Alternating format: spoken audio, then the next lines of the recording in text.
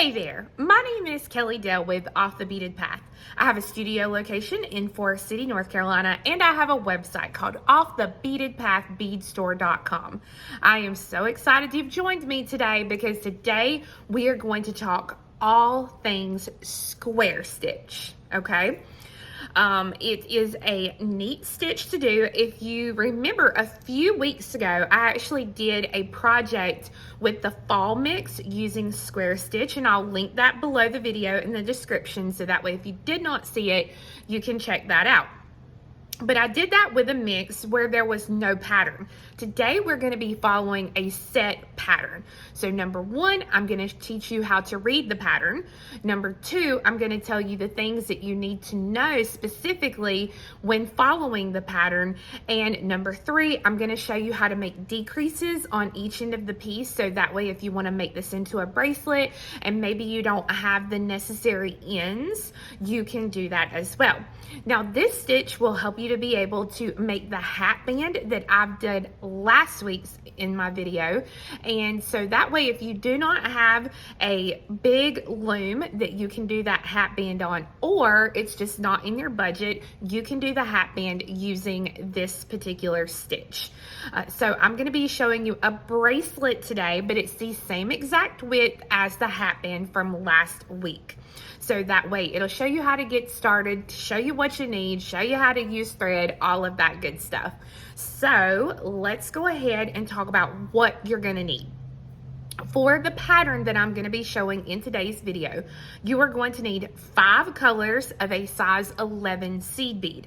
Just like in last week's video with the hat band, you'll want to try to make all 5 of those the same brand of beads. So meaning use all Toho or all Miyuki or all Delicate or all whatever.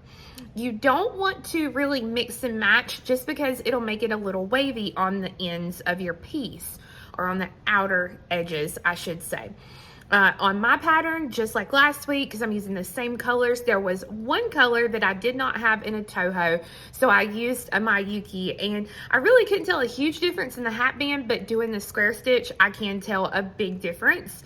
So that's what you'll want to make sure. So you got to have those 5 colors. You'll want thread. Now, you'll want a thread that's going to go really good with the color beads that you're using. And I'm going to show you how different your piece can turn out just with the colored thread that you use.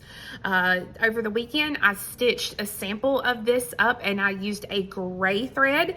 And then this morning, I started stitching a different sample up using black thread. And they almost look completely different as far as how they look. And you'll see what I mean here in a minute. So for my project today, I'm going to be using the Smoke 0.006 in the dragon thread. All right, you can use whatever thread you want, Fireline, Nozu, 1G, KO, whatever floats your boat. Okay, but I'm going to be using the black dragon thread. You can use a size 10 or a size 12 needle, and you'll want to head over to my website, offthebeadedpathbeadstore.com. Go under the step-by-step tutorial section, and then click under in our free pattern section, because I have a free pattern for this specific bracelet. Now, I'm going to be showing you some earrings in here as well, just doing some decreases, and that is for sale on my website under step-by-step tutorials and the earrings, but both of those patterns are going to be listed below there in the item description box. So let's go ahead and talk about all things square stitch. Before we get to our pattern, I wanted to show you my samples that I did, one using gray thread and one using black thread. So you can see how incredibly different the colors look just by the color thread that you use. So you'll want to make sure that you use a thread that's going to go really good with the color beads that you have chosen. So when you go over to my website, you want to grab the Chevron Loom Square Stitch Bracelet. Now yours is going to look a little different from mine because I have not edited this one yet, but you will see your colors here that you are going to be using in your project. So it tells you your A, B, C, D, and E, your color, and the count of the beads that you are going to need for the bracelet. So just like any other kind of thing that you get, pattern that you get, you are going to get a bead chart, which is going to be a bead by bead representation of your pattern, and you are going to get a word chart, okay? Now, here is what you have to be careful with the word chart when you are using a loom or a square stitch bracelet. So loom and square stitch are done, as far as the look of them, they are exactly the same. All right, so you see no difference between this and a square stitch pattern. But the thing that is different that you have to be very, very, very careful of is when you get your word chart here, you'll see that everyone says left, okay? Because it makes this just like if you were working on a loom. So it's assuming that you're going to pick up all the beads this way, all the beads this way. So each row would be picked up in this direction, okay? That's not how it is in square stitch. In square stitch, it's almost like peyote stitch. We're going to work the first row in one direction. Now, the great thing about this stitch is that no matter if you're left-handed or you're right-handed, you can start on this side or you can start on this side, okay? Whatever makes you happy and floats your boat. I personally will start right here at this A, and I will be working this whole row. Now, instead of like loom, where then I would do the next row and I would start in the same direction, you have to be very, very careful because then your next row is going to be worked in the opposite direction. So if you follow along with the word chart that actually comes with it, your word chart is not going to work unless you remember that whichever way you start out, which the word chart starts out here and works this direction, all right, you have to remember that when you get to the end of this row, you will start the next row here and you will be working backwards, all right? So when I do square stitch, I like to use my actual bead chart rather than my word chart because I ain't got time to think about all that. So that is what you need to know for your bead and your word chart. It does not matter if I start here or I start at the bottom of my chart and work my way up, okay? That is all completely up to you and what makes you happy. I like to start here at the top of my graph and then I work my way to the bottom. The really, really great thing about this project is it's a repeating pattern. So once you actually get the pattern started and you've got a little bit of it done, you almost don't even have to look at the pattern anymore. You can just or look at the printed pattern. You can just look at what you've got started and you can just continue on with that. So that's the great thing about this specific project. So I'm going to get my needle threaded with my 2 yards of thread and I'm going to get started. So I have my needle threaded with 2 yards of thread. And what I'm going to do is I'm going to come down here to the bottom and I'm going to leave myself about an 8-inch tail thread. And I'm going to use one of my little mini bead stoppers. If you have a bead, you can use your little bougie bead stoppers, whatever you want. You can put a stop bead on, but I personally just like to use this because if I'm not careful, I get my stop bead mixed up with what I'm doing. So I'm going to put that on the end and I'm going to start picking up my beads. And again, you'll remember I'm going to start right here and work my way in this direction. So I'm going to pick up my beads exactly like they are here. So I've got 2 A's, a B, C, D, E, A, B, C, D, and E. Okay, so I have my beads picked up. And remember, I started here and worked to this direction. I'm going to let these drop down all the way to my stop bead down here. And I can go ahead and I can mark. Normally, I would use my tablet and just move my screen up. But since I'm on here, I'm going to mark my row. Now, remember, I picked up my beads here and in this direction. So now the last bead I put on was this E. So now I have to work the next row, and I have to work it in this direction.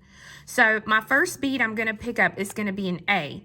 And this row, just like in peyote stitch, I'm only going to be picking up one bead at a time. So the first bead in my pattern is an A. So I'm going to just hold my beads here. I'm going to pick up an A. And remember, working back the other way. So this is the last bead I threaded on. This is my E. So I'm going to come back through the E to make a circle. So my working thread is coming out this direction. So I take the needle and I come back around through it to make a circle. So that when I pull it, and I pull it all the way through, those beads sit on top of each other just like this. So I take the needle and I come through the bead that I just added, working back towards my little bead stopper there. The next bead in my pattern is an E. So I pick up an E. I come to the next bead on the previous row, which is going to be this kind of matted champagne color. And I come back through that bead. So I'm going in the opposite direction, basically, is the best way to say it. Where is my thread? Hold on. Let me get my thread. Here we go. So see, my thread is coming towards myself. So I'm taking my needle and I'm going through the opposite direction, just like this. I'm going to put my fingers on it so it keeps all of that tight. And then I'm going to take my needle and come through the bead that I just added. So I'm going to come back through just the one bead. All right, put your fingers on it and pull the thread tight. Now I can see right here that this little bead is not wanting to sit correctly. So you may have to take your needle and stick it in that end bead for it to sit correctly. Just on this first row. Okay, the next one is a D. So I pick up a D. I come to the next bead in my previous row, which is this row here, and I'm going to come back through just the one bead. Pull the needle through all the way, and then I come back through the bead that I just added. Put my fingers on it and pull it through. The biggest thing with square stitch, you have to make sure that you don't get thread caught. That's the hardest thing. My next bead on the row is the C, so I pick up a C. I'm going to come to the previous row and I'm going to come back through the next bead.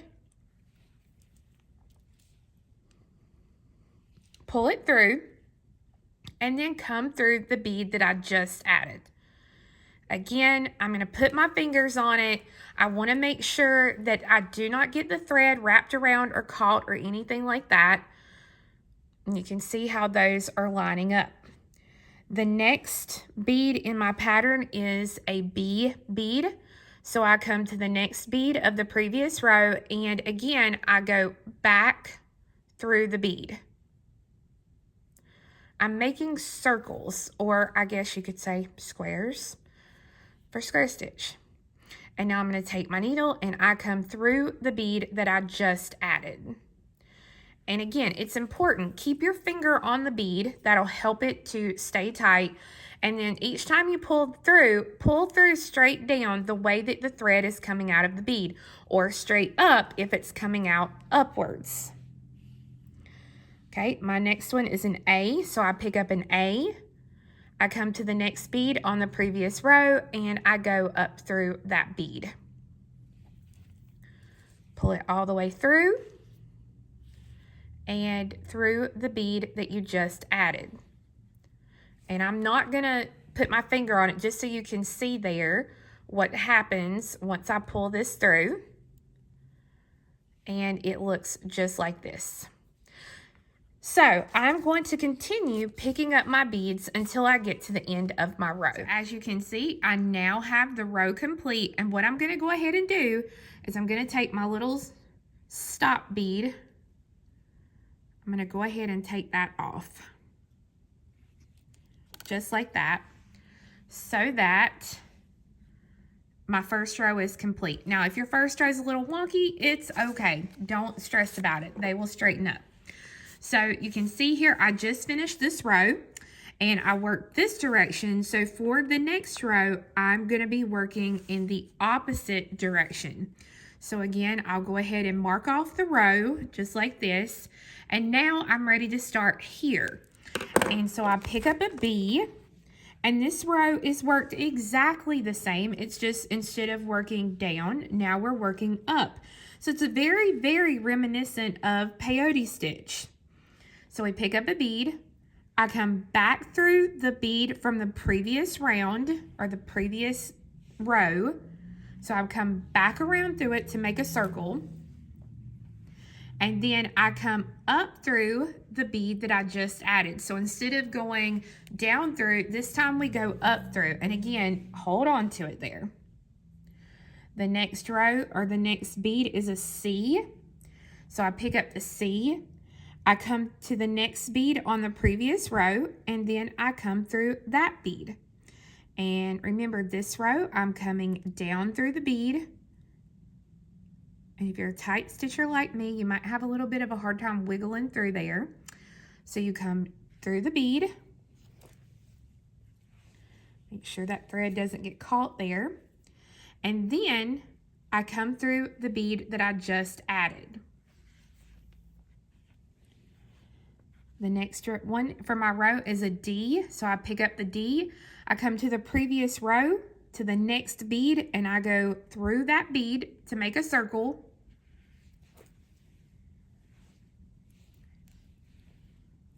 And then I come through the bead that I just added. Then an E, so I pick it up. I come through the bead that I've added on the previous row. So it's that next bead there, just the one bead, okay? You can see there, I'm going through just a single bead. Pull through and go through the bead.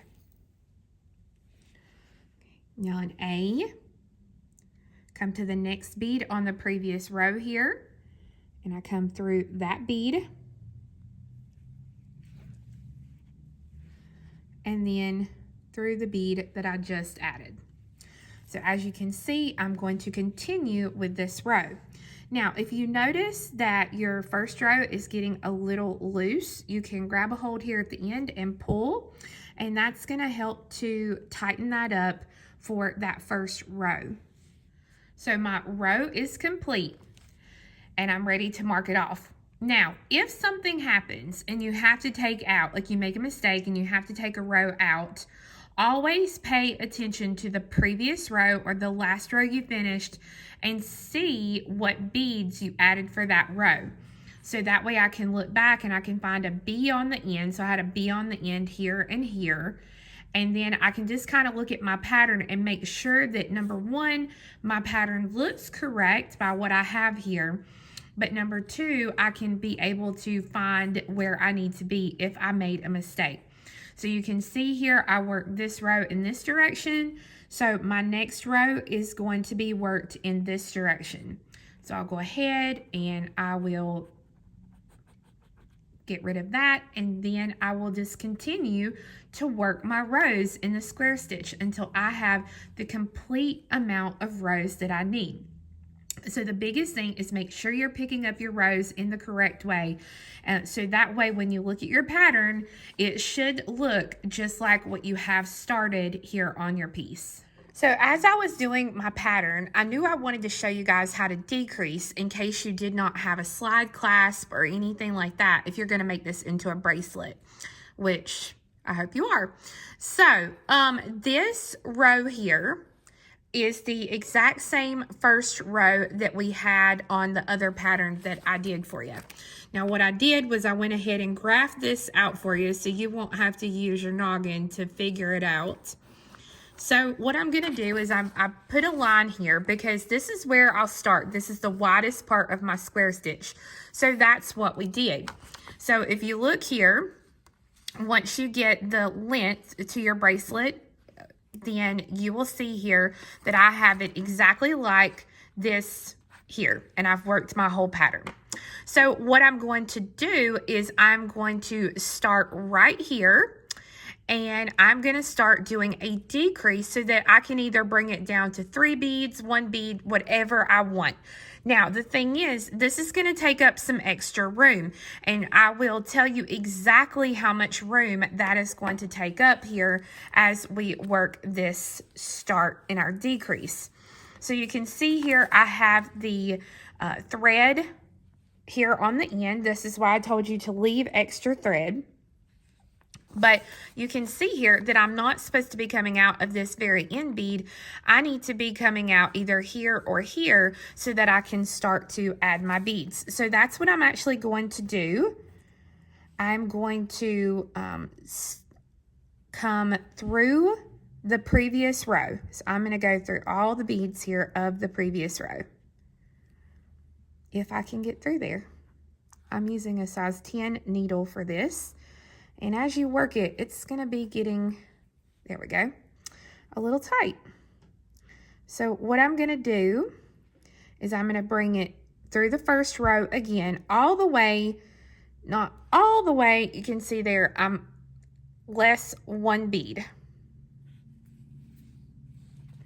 So now I can start with my pattern. So I have a B, and I'm going to work this row just like normal, except for instead of starting on the end, the very end right there, I'm going to start here with this 1 bead that I'm coming out of. Okay, so you see how that is there.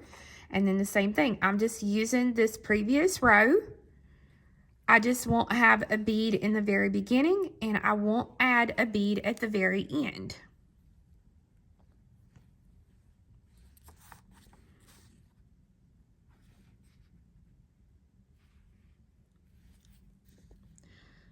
So I'm going to continue adding my beads for this first decrease row. All right, so you'll notice here that I have my first row of the decrease complete, and I can go ahead and get rid of that row. Now, again, you'll notice I won't have a bead to begin or end here. I have to kind of come in 1 bead. So just like we did here a minute ago, what I've got to do is I have to come in through the previous row. Remember, don't go all the way to the end. Pull it through. And then when I come through this row that I just added, I don't go all the way through. You see there, I did not go through that last bead. So that now I can start and I can work the row here. So I will thread on E, D, C, B, A, E, D and work straight across. So I won't have a bead over the first or the last bead. All right, so you'll notice here, I've got the row complete. Again, I don't have one over the first or the last bead because I am decreasing in those rows. Now, here's the thing. If you're like me, I always do this and it drives me crazy. You can see here, I don't have enough thread to finish my next 2 or 3 rows, however much I want to do. That's just not a possibility. So I need to add thread. So that's what we're going to go over right now, is how to add your thread when you get to a point like this, or when you run out of thread in your bracelet, because it's going to take 2 yards of thread is only going to do about this many rows. So you're going to have about 2, 4, 6, about 6 to 8 yards, depending on the length of the bracelet that you are going to need. So I'm not going to thread on a ton because I'm just right here on the end. Okay, sorry, the mailman came knocking on the door. But what I'm going to do is I've got my 2 new yards, or whatever you're going to put on there. I got it cut, and you can see here I'm leaving the tail thread from my other piece. Now, this is the place that you want to go ahead, instead of having to come with this new thread, come down and back up so that I can come out of this bead right here. I'm going to go ahead and I'm going to start my needle there. So I've got just a little tiny tail thread. It doesn't matter which bead it is. If I need to come out of this bead, I'll start at this bead. Wherever you need to start, that's where you'll start this. But I got a little tiny tail thread, and I'm going to take my needle and I'm going to come through my row of beads, and I'm only going to pull through about 6 to 8 inches, and I'm going to hold on to the rest of my thread for now. And then I'm just going to start working the new thread into my piece in an up and down motion throughout my piece. And this is where you want to be careful too, because it's going to start getting tight in here, especially you're like me using a size 10 needle. Use a size 12, it probably won't be as bad. But you can see here, all I'm doing is just running this thread up and down, making sure that I get everything exactly where it needs to be, so that way I don't see any thread going across my beads or anything like that. So I know that that thread is not going to come out. I can give this a tug. It's not going to move. So I can go ahead and take my scissors, my thread zap, whatever, and go ahead and get rid, well, there we go, get rid of that piece of thread. And then I'm going to go ahead and actually leave this for now, this little short thread. I can go ahead and I can stitch it in, but just for now, I'm going to go ahead and just leave it so that I can get this done and get on to the next part of the project. So you can see there, got my needle and it's ready to go. So I'm ready to do this row here. So again, I'm only going to have 5 beads on this row because I'm not putting one at the beginning or the end here. So where I'm at, I'm just going to start putting on my row with my new thread.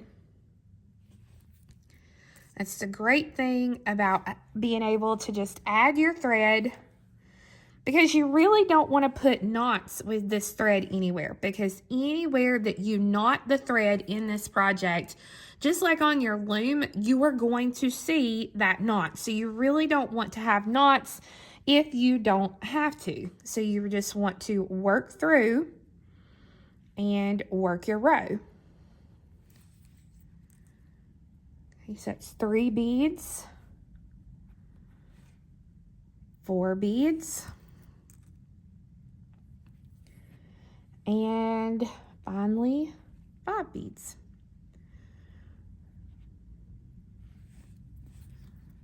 Okay, so that row is complete.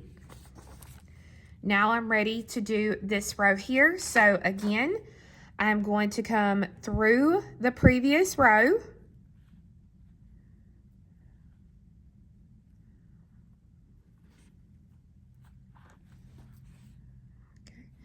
And then through the row that I'm adding, or I just added, but not through that very last bead, because that's the one that we will not be adding a bead onto for our next row.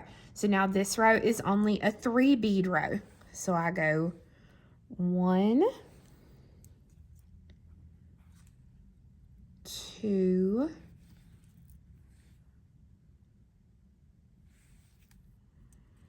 and it's this color, 3.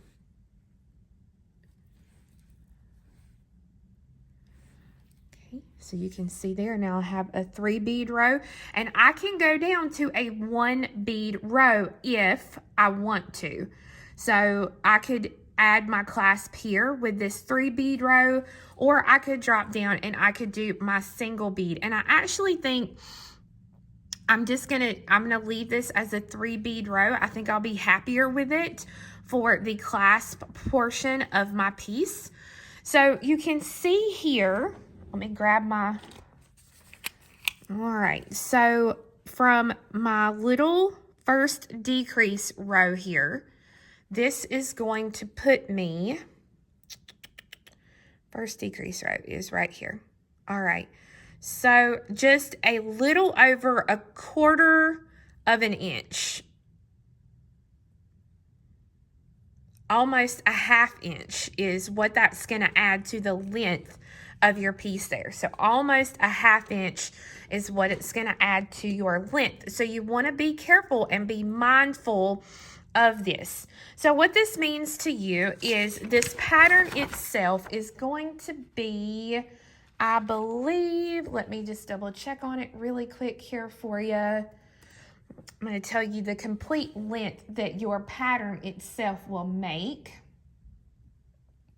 So right now, with these decreases on each end, it's going to make about a 7.2 inch bracelet.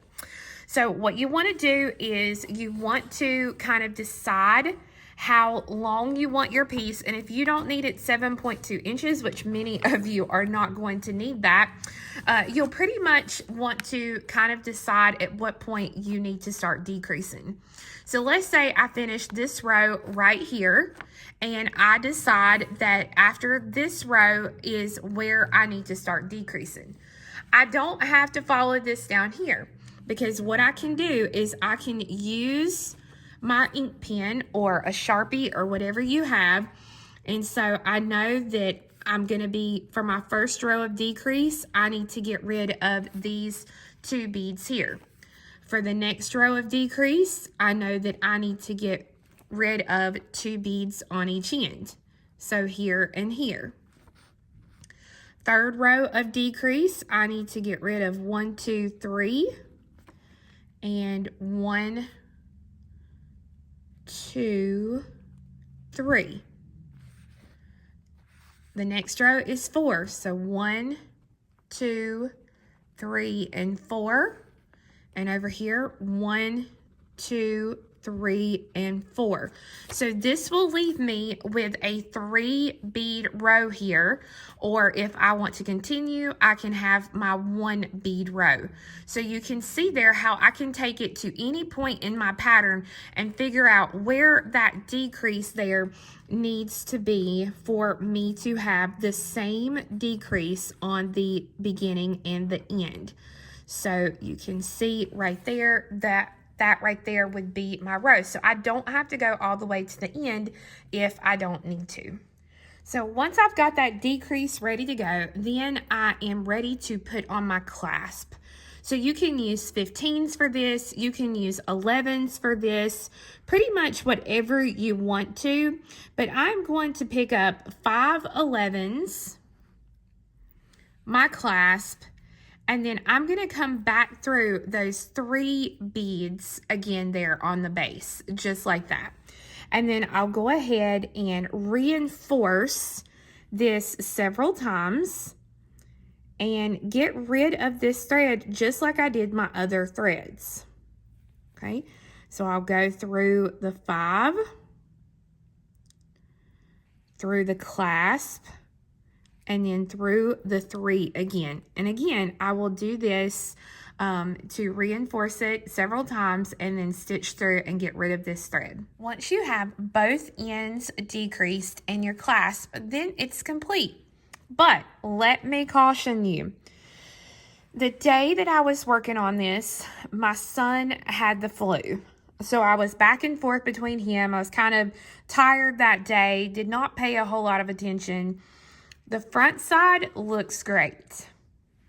The back side, not so much. And I'm going to show you what I mean here. So if you look in several places, you will see thread across the back of the beads. All right.